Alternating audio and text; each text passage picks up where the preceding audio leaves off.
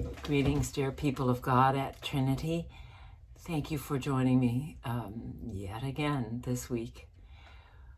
For my reflection, I've just returned from a few days with my mother, and my heart is full, and I am also exhausted.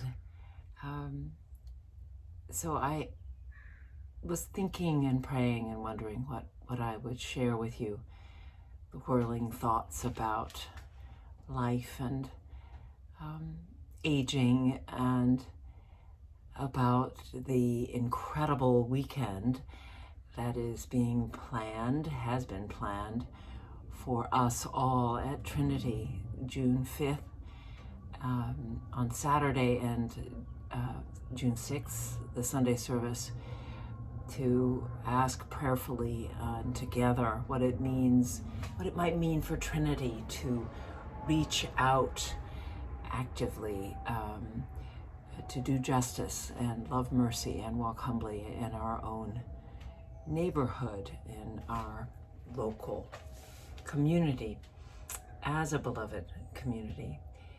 And as usual,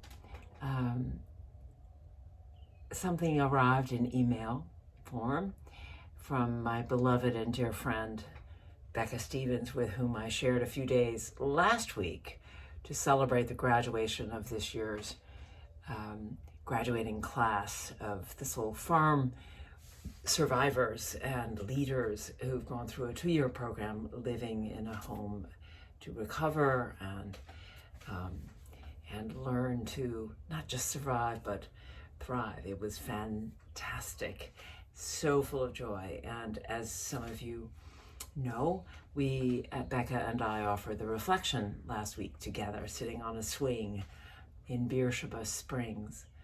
Well, Becca has spoken to me again, and I want to share with you what she offered in her newsletter about her forthcoming book.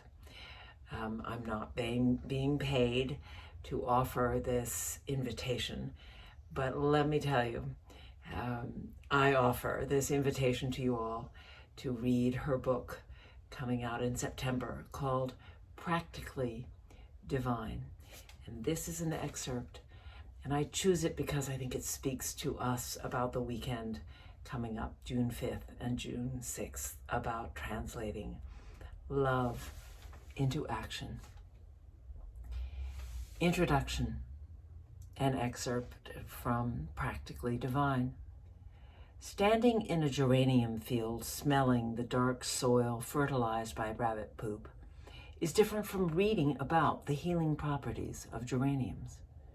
Walking beside a woman in a refugee camp holding a rag over her baby's face because so much dust rises from the dry red earth is different from imagining how hard it is for moms in camps. Experience is 9/10 of love. The senses of the beholder transform information into compassionate experiences that are holy. Too much ink is spent on trying to perfect an ideal of love, which is wholly impractical, since love is revealed through experience. We learn about love's many facets, including humility, mercy, forgiveness, joy, and grief, through experience. The experiences of the practically divine shared in this book come from love stories I have picked up, like sacred breadcrumbs, in which divine love can be seen, tasted, and smelled right in the midst of extraordinary, ordinary, and sometimes extraordinary, horrific days. In this story scattered throughout the book, I am sharing the moments I was able to recognize the divine love that was present through it all. Such a recognition can be wildly freeing and creative. Becca Stevens. I invite you to meditate, to absorb these words into your very soul as homework for June 5th and for June 6th, as we gather together to share and reflect on how we might translate love into action as a beloved community, as Trinity Parish in Menlo Park. Thanks be to God for each one of you. I can't see you, but I know you're there. Amen.